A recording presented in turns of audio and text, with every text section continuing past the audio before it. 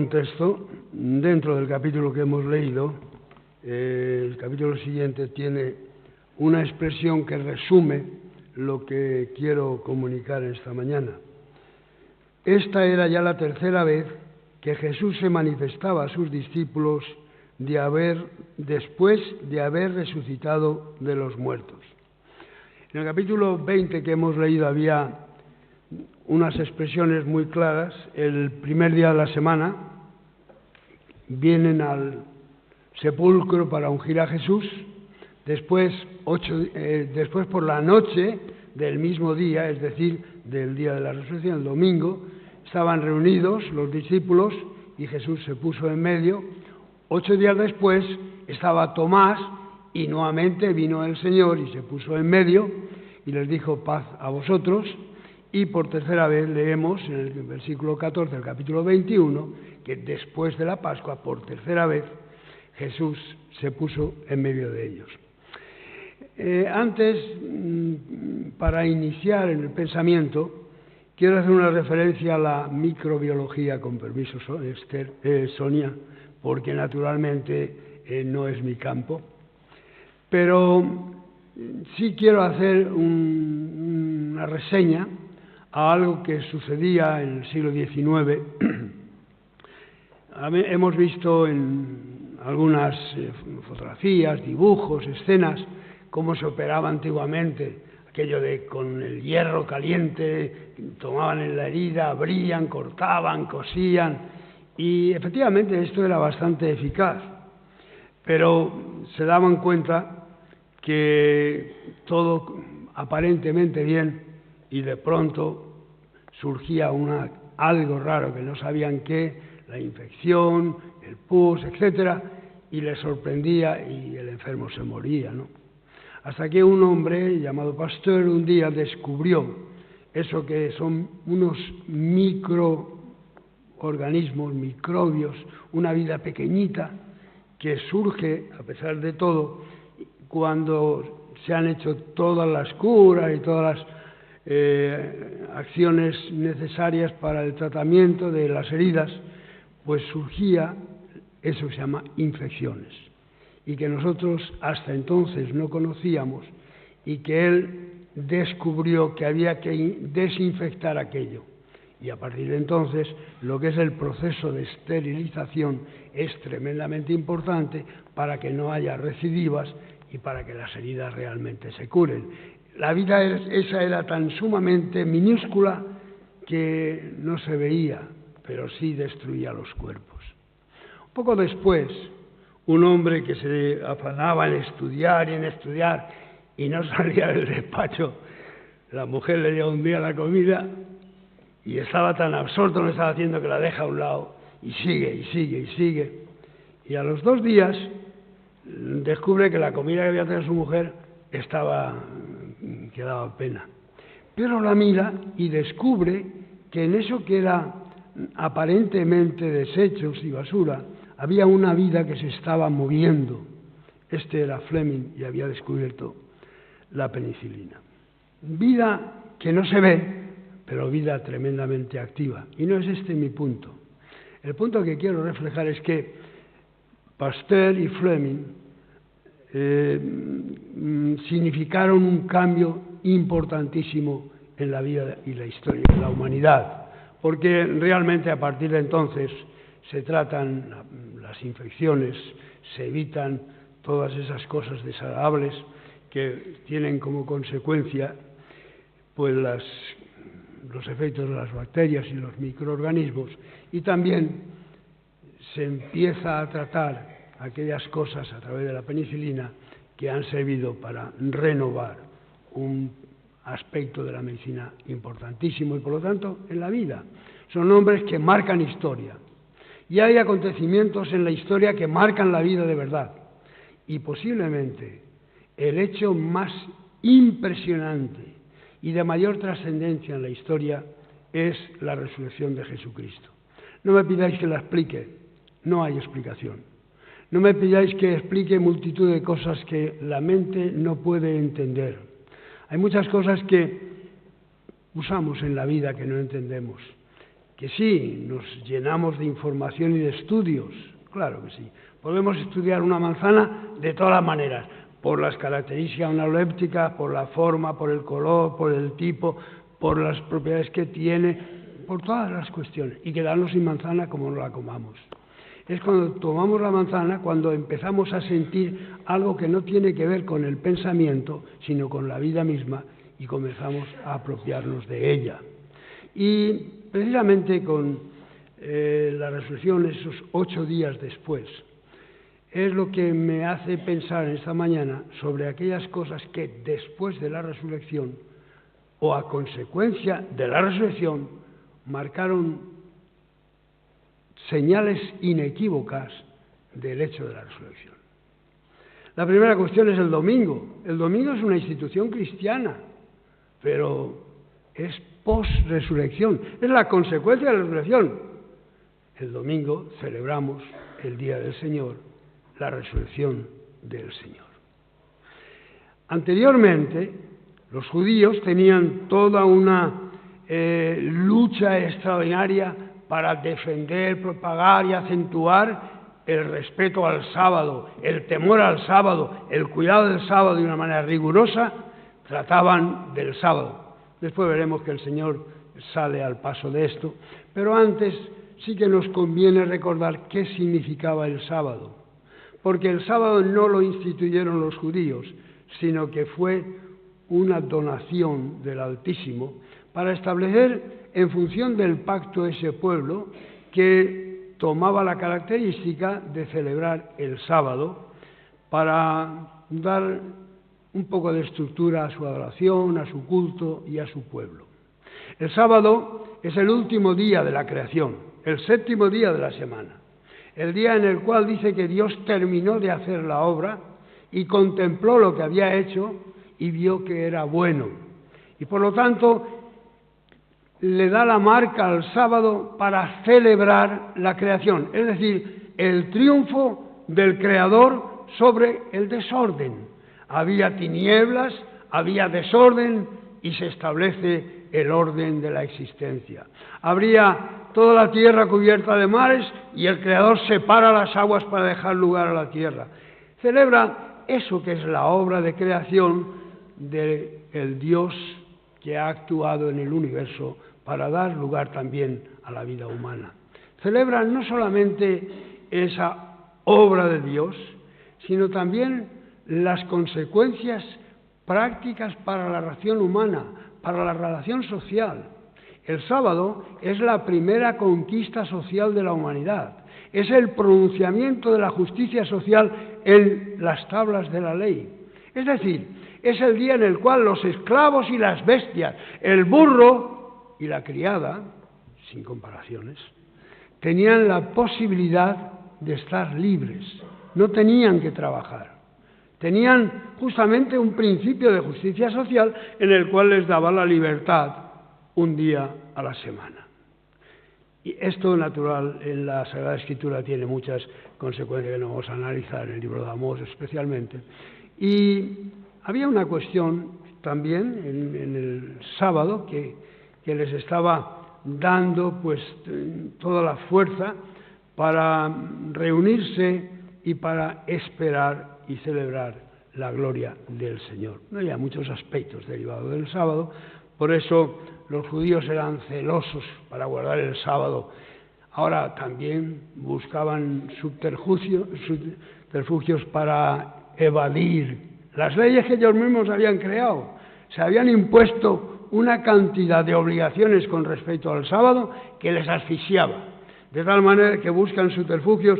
Esto sí, pero no puedes andar más que tantos metros, pero si pones un pedazo de tu bordón en un lugar, a partir de ahí es tu propiedad y a partir de ahí puedes andar los metros, todos los subterfugios posibles, todo para perder lo que era el don de Dios, que significaba el día de contemplación de la obra de Dios, el día de reconocimiento y de reposo, el día de reparación.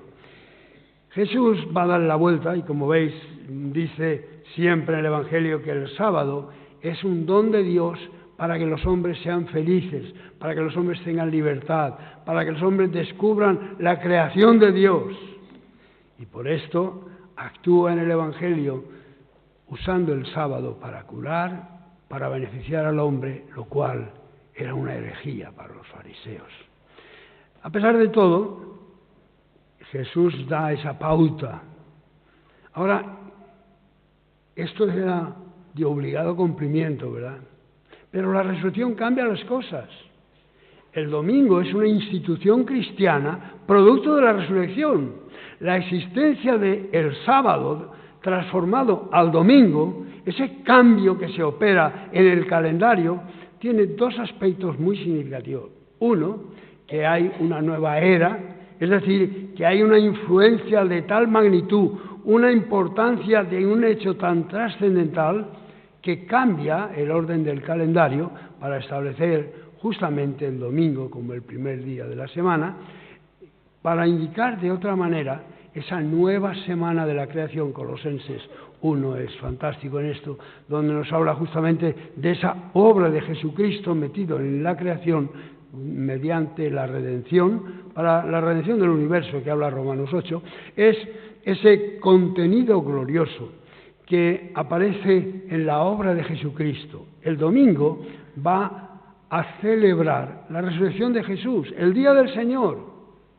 Y por lo tanto, todos los sábados a continuación que venimos celebrando año tras año, cada domingo, ese día, el Sabbat judío, que es ahora el domingo cristiano, cada domingo que vamos celebrando, un día y otro hacia atrás, nos muestra una línea en cadena continua que nos lleva justamente a la tumba vacía, al Cristo que ha resucitado.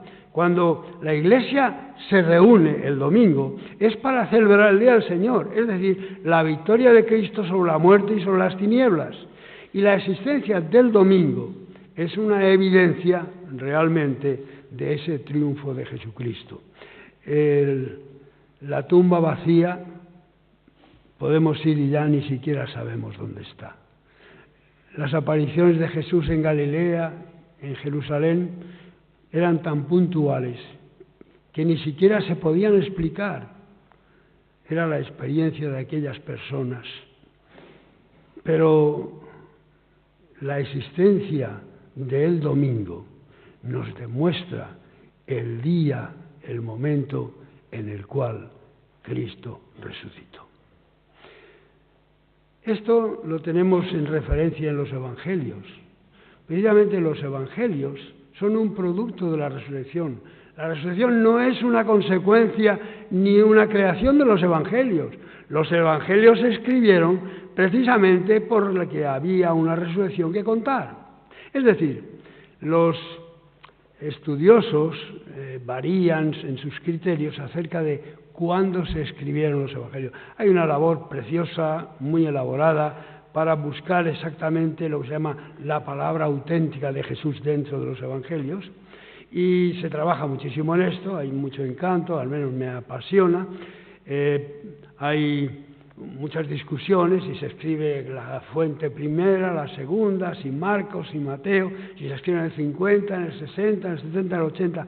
Todo esto carece de importancia, porque hay una fecha de verdad que unifica a todos los evangelios y a las epístolas, que es después de la resurrección.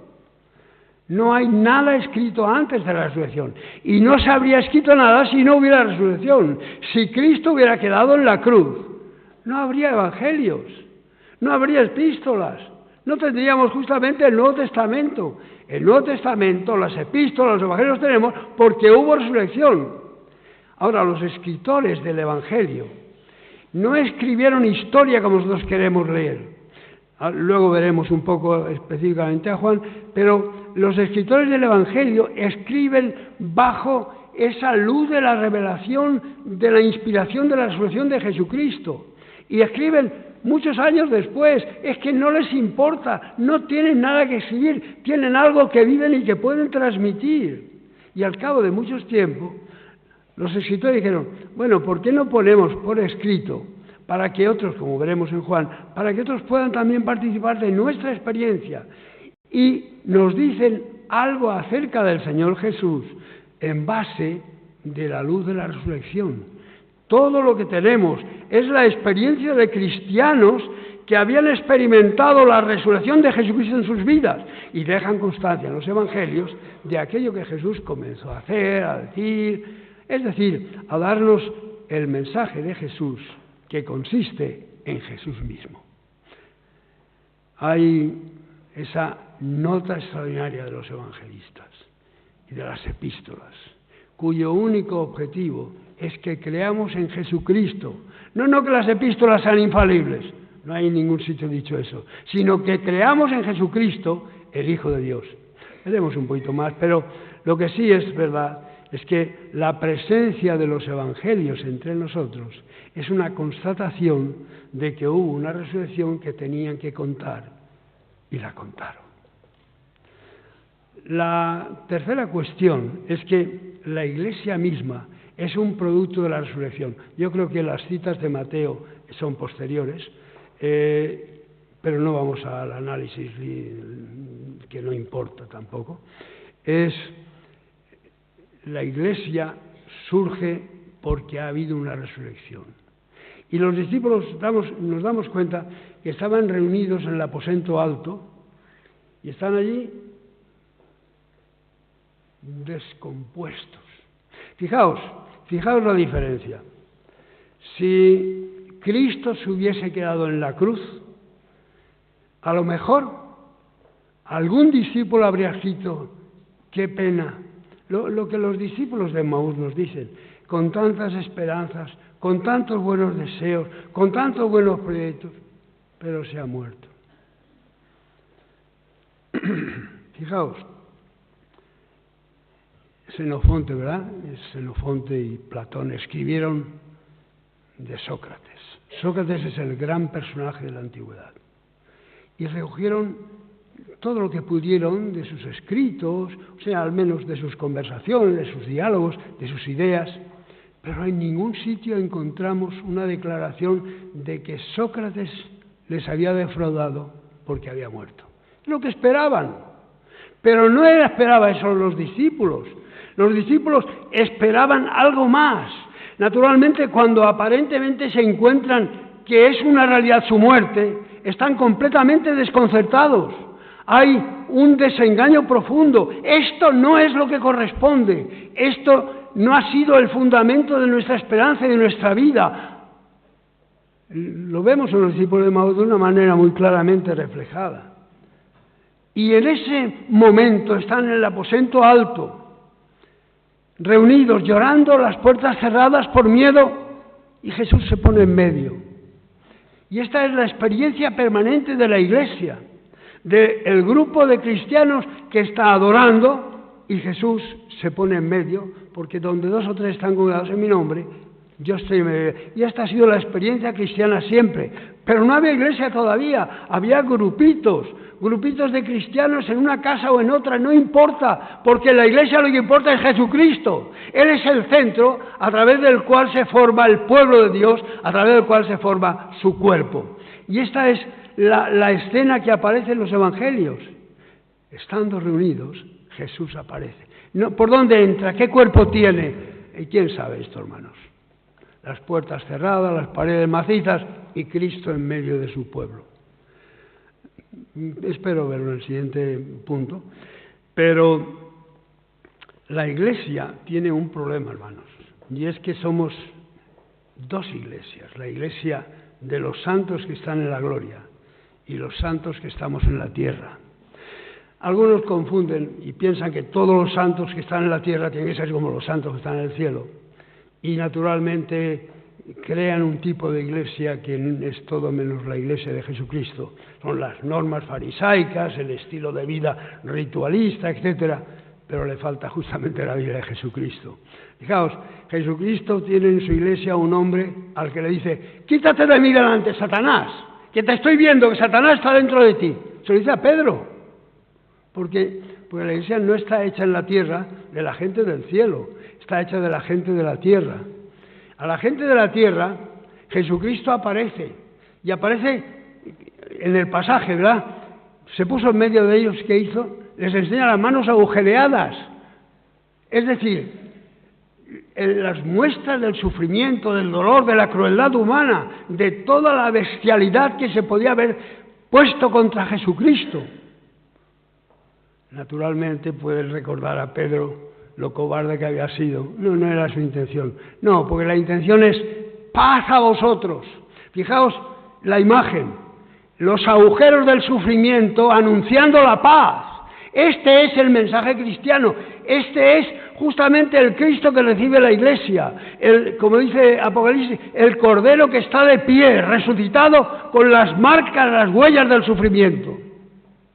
La Iglesia no crea la resurrección crea la Iglesia. El Cristo resucitado es el que da origen a la Iglesia.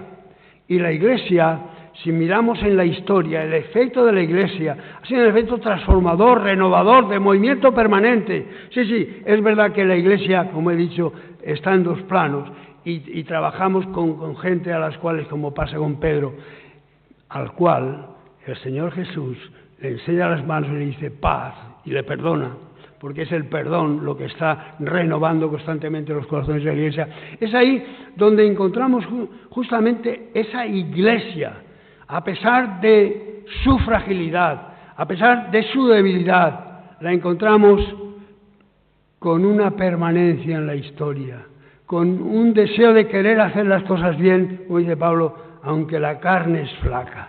Pero el Espíritu está presto, y en medio de los tiempos, aquellos hombres tímidos, acobardados, se convierten en los heraldos de un mensaje para todas las naciones. Y así salieron anunciando ¿qué? ¿Una doctrina? No. Salieron anunciando que Jesucristo es el Señor, porque yo lo siento en mí. Este es su mensaje. La Iglesia es ese grupo que ha influido en la historia decisivamente por ser la sal y la luz. La sal ha perdido valor porque están los frigoríficos y la luz se ha puesto muy cara, hermanos. Por eso muchas veces lo que la Iglesia tiene que hacer lo están haciendo organizaciones simplemente humanitarias. Creo que el mensaje es evidente para la Iglesia, y la Iglesia, que ha sido el acicate en toda la historia para mover los corazones, para asentar los principios del Evangelio en la forma de entender la vida, de entender a los demás, de respetar las normas, de respetar al prójimo y de amar a Dios y al prójimo. Ese es el mensaje que la Iglesia tiene que encarnar como cuerpo de Jesucristo, para testificar justamente de que su nacimiento es el producto de que Cristo ha resucitado, y la existencia de la Iglesia confirma naturalmente aquel hecho de la resurrección. Sin resurrección no habría Iglesia, ni habría grupo de creyentes. Pero aquí los creyentes se han extendido por todo el mundo anunciando que Cristo ha resucitado. No me preguntéis cómo, no me preguntéis cómo es el aire que respiro, porque ni lo veo ni lo siento, pero naturalmente sin el viento que siento en mis pulmones no podría vivir. Y no pidáis que use mucho la cabeza, porque hay un montón de personas que saben un montón de cosas de la vida, pero no saben vivir. Hay una diferencia entre explicar el universo, explicar las montañas, a subir arriba a la montaña y respirar el aire fresco, la fragancia de las hierbas que tienen todavía el aroma, y esa amplitud del universo que llena la vida, que no es el pensamiento sino el sentimiento y el alma lo que se nutre y nos hace sentir una realidad diferente que la mente no puede explicar. Pero sí, lo que hace la resurrección es dar una nueva perspectiva. Romanos 1:3, en un texto también difícil de entender, dice que Jesucristo fue declarado Hijo de Dios por la resurrección. Filipenses dice naturalmente que Dios le restituye. Todas estas cosas son para los entendidos. El apóstol Juan nos dice: yo os escribo estas cosas para que creáis que Jesucristo es el Hijo de Dios. Ontológico, existencial, desde antes de la fundación, desde después. Si es que no sé realmente dónde están mis hijos ahora, que voy a saber todo eso. Pero sí que hay una cosa que sé, y es que la experiencia de Jesucristo, no la doctrina de Jesucristo. Dice Juan, había muchas cosas que contar, eso es lo que hemos leído, ¿verdad? Yo no la digo toda porque os voy a cansar. Las biografías de la gente importante son tomos y tomos enormes. La biografía de Jesucristo está en algo que podemos leer en un par de horas de los Evangelios, ¿verdad? Pero ni aún así Juan pretende decirnos esto. Dice, no, es que no estoy comunicando la doctrina de Jesucristo y toda la... No, lo que estoy diciendo simplemente es aquellas cosas que me han servido a mí para descubrir ese nuevo mundo, esa nueva vida, esos nuevos horizontes, más allá de la muerte, más allá de la vida, más allá de la materia, más allá del tiempo, eso que me ha servido a mí, os lo paso, para que se lo digáis a otros, para que creáis. La fe no es la confirmación de lo que sabemos. La fe es un salto justamente a las tinieblas, a lo desconocido, a lo eterno. Es el salto que damos justamente de lo que son nuestros pensamientos y reflejos a esa vida que no sabemos ni siquiera cómo se sostiene, como no sabemos todavía cómo se sostiene el universo, ¿verdad? Dice 2 Corintios 4:6, el Dios, ese que hizo resplandecer la luz en las tinieblas, es el mismo que nos permite, a través del resplandor de la gloria de Dios en el rostro de Jesucristo, conocer a Jesucristo, conocer que es el Hijo de Dios. Y aquí la cuestión está en que nos ponemos más o menos al lado de aquellos de Galilea, aquellos de Nazaret y los otros, que escuchaban hablar a Jesús. ¿De dónde tiene esta sabiduría? ¿De dónde le viene esto que sabe lo que hay dentro de mí? Y que puede darme fuerza en un momento de tragedia, y que puede devolverme la paz, y que puede hacerme sentir que estoy perdonado, y que puede hacerme sentir que soy hijo de Dios, y que puede hacerme sentir que tengo esperanza y vida eterna. ¿De dónde tiene Él este poder? Y toda la obra de Jesucristo, la vida de Jesucristo, sus palabras marcan mucho más allá, porque Él mismo lo dice, el que me ha visto a mí, ha visto al Padre. No creéis en mí. Si creéis en mí, realmente creéis en aquel que me ha enviado para comunicaros un mensaje de paz y de esperanza más allá de las estrellas. Voy a preparar un lugar para vosotros, dice el Señor Jesús. Es esa nueva apertura de horizontes lo que justamente la resurrección nos da. Hay una manera de ser diferente. No sabemos, esos cuerpos glorificados no lo sabemos. Y no sabemos qué hay más allá del tiempo. Hay tantas cosas que no sabemos. Pero una cosa sé, y es que realmente, igual que tú, he experimentado en mi corazón que Cristo vive. Y como Él dice, como yo vivo, vosotros también viviréis. Amén. Muchas gracias, Alfredo. Como decía al principio del culto, en el día de hoy nuestros hermanos ortodoxos celebran la resurrección de Cristo y el saludo: Cristo ha resucitado.